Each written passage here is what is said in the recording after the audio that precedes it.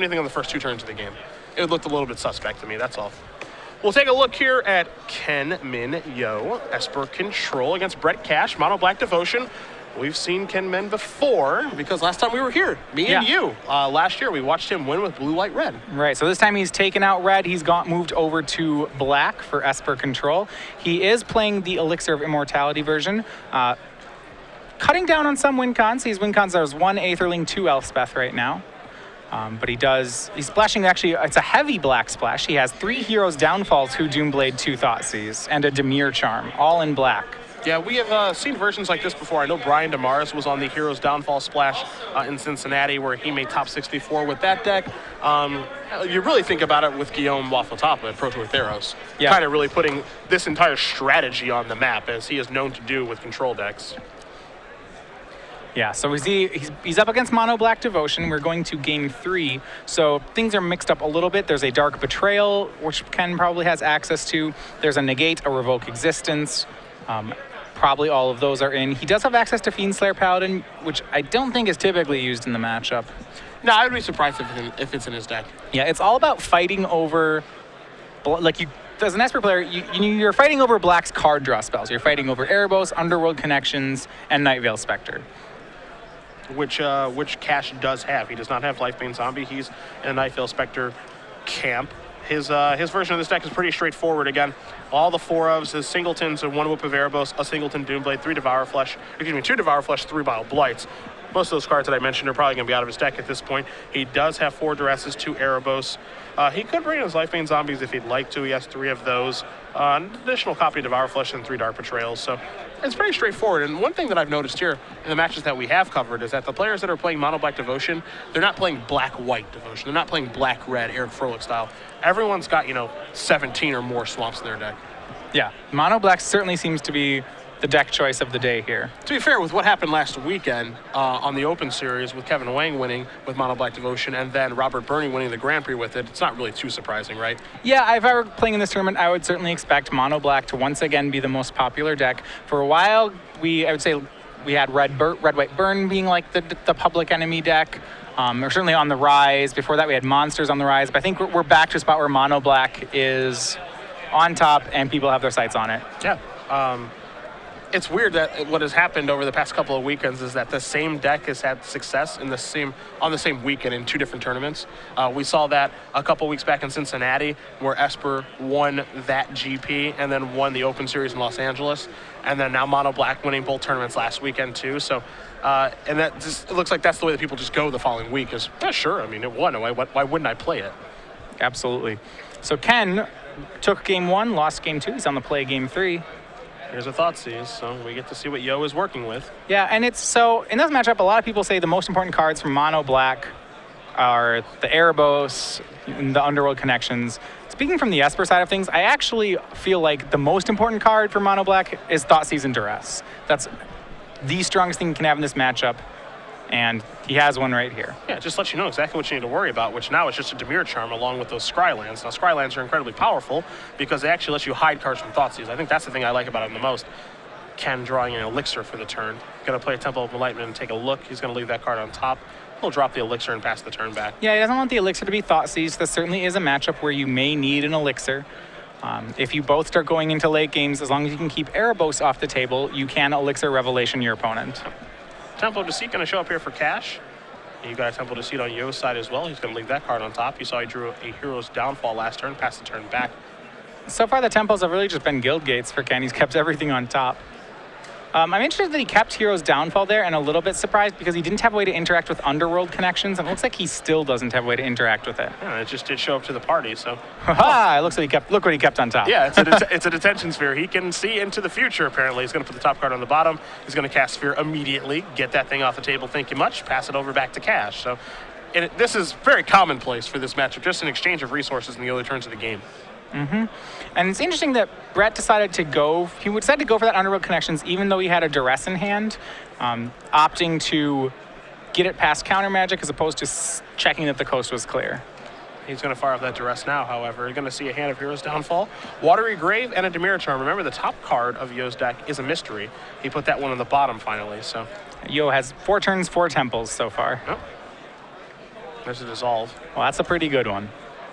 Deciding if he wants to play the Water Grave tapped or untapped. He's going to play it tapped and pass the turn back over to Cash, who will take a draw. It's a swamp. You see the whip. He's got some removal in his hand as well. See if he wants to deploy something here. It's downfall, whip, and looks like a pair of Gray Merchants are the cards that remain for Brett. Gonna go with the whip. And if I'm Ken, I don't think I can let whip resolve. Yeah, it seems like it doesn't do very much right now, but it does things over the course of the game that are very scary. Yeah, especially because well, right now Ken's game plan is to go real late. Yep. And whip will, like say for example, Brett plays one of these Gray Merchants. You can't have him whipping back Gray Merchants all the time at you. Rev the draw here for Yeoh. It's just a baby rev. It would be for 2. Yeah, it's interesting to see when he chooses to fire it off. I mean, certainly if Brett taps out for an Erebos here, he'll fire it off. Yeah. Well, there is Erebos, and I think we're having a little response. Yeah, it doesn't really matter whether he gains 2, but it's more like he has to do this because he can't let Erebos stay on the table. Yep. It's just too good of a card. Aetherling and a Watery Grave for the draws. Yeah. Well, Aetherling's really important here. That's actually a good backup plan for Ken. If you can't answer Erebos or Underworld Connections and you start losing to the card, Aetherling is a pretty good weapon you can use against mono black as well. They can't answer it and you can attempt to race them. Though it's going to be pretty hard to race through 2 Gray Merchants. Especially, well, I was going to say especially if the Aetherling's not in his hand. He can protect the Aetherling with Dimir Charm here. Yeah, and I think he actually probably has to cast this in this situation. I'm sure he doesn't want to, but I think this is a situation where you have to protect the Aetherling, get the job done. Of course, Dimir Charm, 3 modes on that. Counter target sorcery is the one that matters the most right now. And you see Brett Cash is going to read that and say, oh, okay, sure, I don't ever see this card, but that's fine. Yeah, I'm interested to see if he's going to Mutavault here. If I'm Brett, I'm not sure I want to Mutavault as opposed to just drawing 2 cards. I would want the 2 cards in this situation too, and we're working our way into a long game anyway, so. And now he's going to play Aetherling with just a blue mana available and pass the turn back, so. Now he's going to be put to the test right away. Will Cash is just going to activate Erebos on the end step here. He has 1 kill spell. He has the Hero's Downfall. If he finds a second one either in this card or his draw from the turn and has the mana to cast them both, he can actually get rid of the Aetherling. The question is how many kill spells did he leave in his deck? That's the big question. There's the Downfall. It looks like he has a Night Veil Spectre, some Gray Merchants. I don't think he has a second way to kill it. Well, new plan. Yeah. Now we have to race. Fortunately, he does have double Gray Merchants, so Brett's fairly well positioned for a race. Now, of course, the question now is, do you deploy the Spectre first or do you deploy Gray Merchant first? Well, you can use the Hero's Downfall to fog for a turn in the race too. So I think you start with Night Veil and then you immediately Downfall fog the Aetherling so that when you decide to start racing with these Gray Merchants, you not only have an activated Erebos, but you're draining for a lot more thanks to Spectre. Big draw there for Yeoh. He draws a copy of Sphinx's Revelation. Interesting to see how he's going to try to balance this out. He wants to take a look here at Erebos, see exactly what it does, and it says, your Revelation, it just draws you a bunch of cards, doesn't gain you any life. Yeah, and that's actually not going to be enough right now. Remember, if Brett plays one of these Gray Merchants, it's going to activate the Erebos. I'm surprised, but it looks like Brett's actually going to go ahead and take the damage here. I think maybe he's seeing if there's going to be any pumps or not, and there won't be. So Cash is going to actually just take 4. This is going to get blinked out with the thought, I think, of, if I have to block Erebos, I can. Or if I have to block Mutavault. Right, but the difficulty here for Ken is Brett, we see, draws another card with the Erebos here. And you'd be concerned if you're on Ken's side there because you'd only be drawing cards if he had Gray Merchant. Yeah, it's almost like now Cash is coming from too many angles of attack, right? He's got the Spectre out there. That card plays a role in this matchup. He's got Erebos, which is threatening to turn on, but in the meantime, he'll just draw some cards. Also is bricking the gain life part of the Revelation.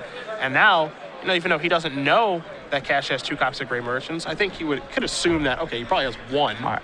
So if you're Cash, you have to think about how you could lose this game. How he could lose this game is if Ken has first of all, Ken has counter spells for Gray Merchants. Step 1. Okay. Step 2, when you try to use the Hero's Downfall to fog, Ken counters your removal spell. Sure. You're going to lead with a Gray Merchant pre-combat. Yeah, if this resolves...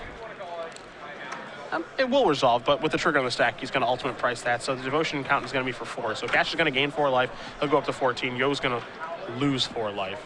And let's not forget, he can actually gain 5 life at will because of the elixir. Well if he gets rid of the Erebos. In most circumstances, yes. Erebos is a really big jerk against Esper. So now there's Jace, which he could actually cast. Does he have 2 temples? Yes. Oh man, he has 2 temples. That's really gross.